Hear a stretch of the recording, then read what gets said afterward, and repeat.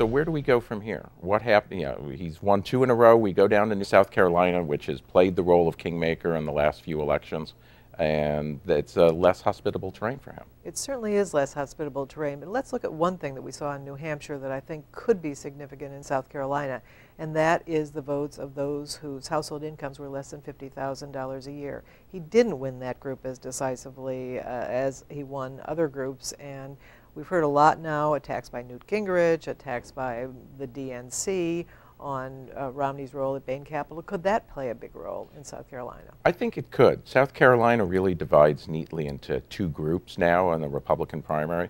The coast and the area around the capital of Columbia tends to be more educated and upscale. That'll be Romney country, but that's less than half of the Republican electorate. The rest comes from what you can call old South Carolina.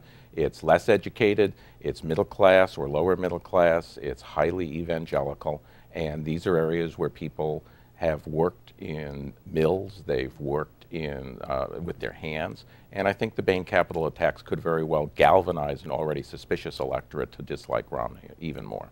In New Hampshire, even though he didn't win the votes significantly of those with household incomes of $50,000 less, he did win the votes of those who said that they and their families were falling behind financially, and I actually thought that was fairly significant. Yeah, I mean, it suggests that his background isn't an immediate disqualifier, but of course, New Hampshire voters weren't subject to millions of dollars worth of advertising, not simply talking about the generalities of his background, but some of the most unsavory aspects of his past. It's really interesting how much the South Carolina electorate has already heard about this election.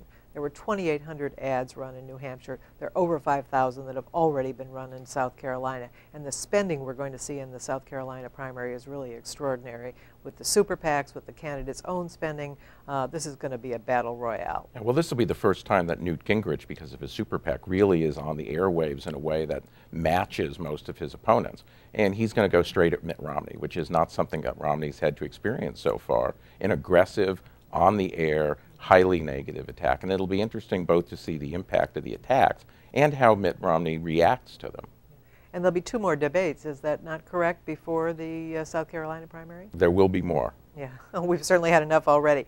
We found that organization really mattered in Iowa, and it obviously mattered in New Hampshire.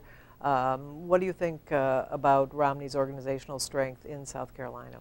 Well, Romney is, increasingly it's becoming clear that Romney is relying on commercial-style micro-targeting.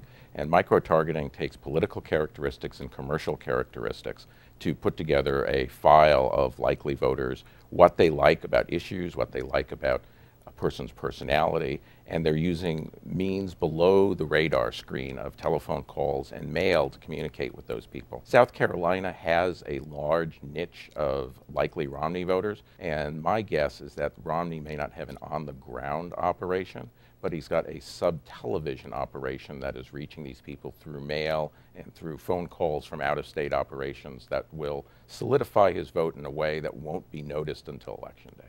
Our business is getting pretty sophisticated, but do you think it's over? Yogi Berra said it ain't over until it's over, but I hear a very large lady singing very loudly in the background.